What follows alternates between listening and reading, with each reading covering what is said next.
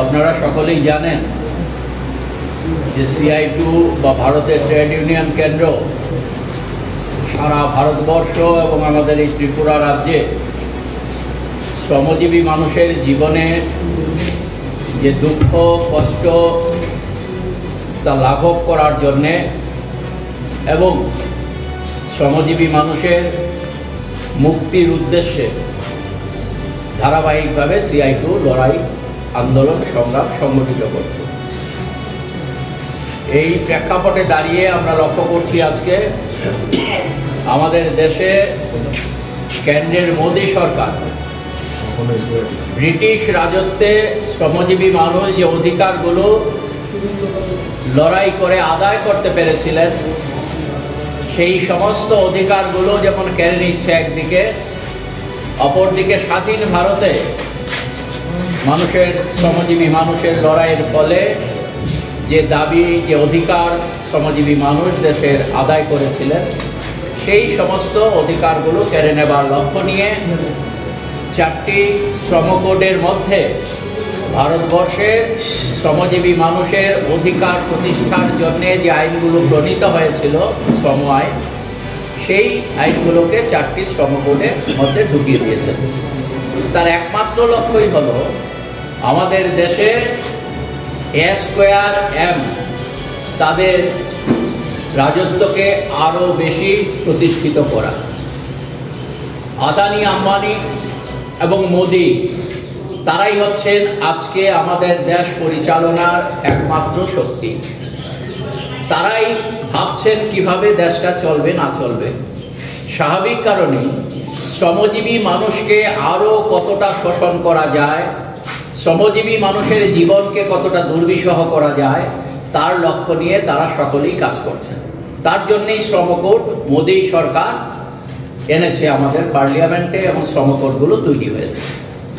আমরা জানি যে 1981-82 সালে আমাদের দেশে যেখানে 100 টাকা মূল্যে শ্রমজীবী মানুষ তাদের মজুরির পরিমাণ ছিল প্রায় 30 টাকার কাছাকাছি, আজকে 2023-24 সালে 100 টাকা সামগ্রীতে শ্রমজীবী মানুষের মজুরির পরিমাণ চলে এসেছে 16 টাকায়।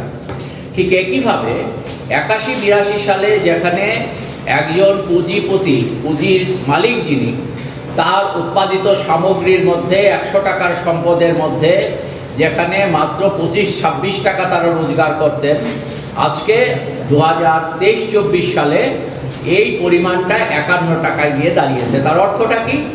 একদিকে শ্রমজীবী মানুষের মজুরি কমছে, অন্যদিকে পুঁজির পাহাড় স্ফীত হচ্ছে, পুঁজিপতিদের সম্পদের পরিমাণ দিনের পর দিন বেড়ে যাচ্ছে।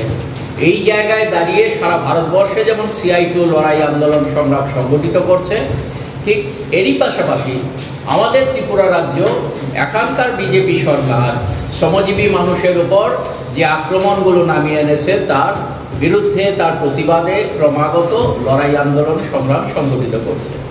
আপনারা সকলেই এটা জানেন, আপনারাও অনেকে সাংবাদিক বন্ধুরা আক্রান্ত হয়েছেন যে আমাদের ত্রিপুরা রাজ্যে 2018 সালের পর থেকে বিজেপি সরকার আসার পর শ্রমিকদের অর্থনৈতিকভাবে ক্ষতিগ্রস্ত করা হয়েছে। যারা CI2-র সাথে যুক্ত তাদের অর্থনৈতিকভাবে ক্ষতিগ্রস্ত করা হয়েছে, তাদের গাড়িগুলোকে রাস্তায় নামতে দেওয়া হয়নি, লাইনে নামতে দেওয়া হয়নি। যারা বিভিন্ন ক্ষেত্রে কাজ করতেন তাদের সেই কর্মক্ষেত্র থেকে, দিনমজুর যারা কর্মক্ষেত্র থেকে তাদেরকে বের করে দেওয়া হয়েছে। বিভিন্ন জায়গায় যারা অঙ্গনওয়াড়ি কর্মী, আশা কর্মী, প্রকল্প কর্মী, অন্যান্য ক্ষেত্রে মিড ডে মিল ওয়ার্কার যারা আছেন তাদেরকে সেখানে ছাঁটাই করে দেওয়া হয়েছে। এমনি সমস্ত শ্রমক্ষেত্রগুলোকে আক্রমণের শিকারে পরিণত করা হয়েছে। এবং আমাদের ত্রিপুরা রাজ্যে আজকে আমরা লক্ষ্য করছি যে শ্রমিকের কাজ কম। প্রতিটি বাজারে শ্রমজীবী মানুষ তারা দাঁড়িয়ে থাকছেন, তারা কাজ পাচ্ছেন না। তার একটা উজ্জ্বল দৃষ্টান্ত হচ্ছে যে আমাদের এই ত্রিপুরা রাজ্যে আগে যত ইটভাটা ছিল, এখন ত্রিপুরায় 100-র উপর ইটভাটা বন্ধ হয়ে গেছে। তার কারণটা কি? কারণ আমার ত্রিপুরা রাজ্যে এখানে না সরকারের দিক থেকে কোনো রকম উন্নয়নমূলক কাজ হচ্ছে, তার জন্য ইট কিনতে হচ্ছে না সরকারকে। অন্যদিকে বেসরকারি ক্ষেত্র মানুষ 10 বার চিন্তা করছে যে তাদের সেখানে বাড়িঘরগুলো তৈরি করার ক্ষেত্রে কোন জায়গায় আজকে সরকারে যারা আছেন তাদের পৃষ্ঠপোষকতায় যারা চলছেন এখানে ত্রিপুরা রাজ্যে বিভিন্ন ক্ষেত্রে, এই ক্ষেত্রে তারা আক্রান্ত হবেন, এই চিন্তা ভাবনাটা সেখানে আমরা মানুষের দিক থেকেও লক্ষ্য করছি। তার জন্য আজকে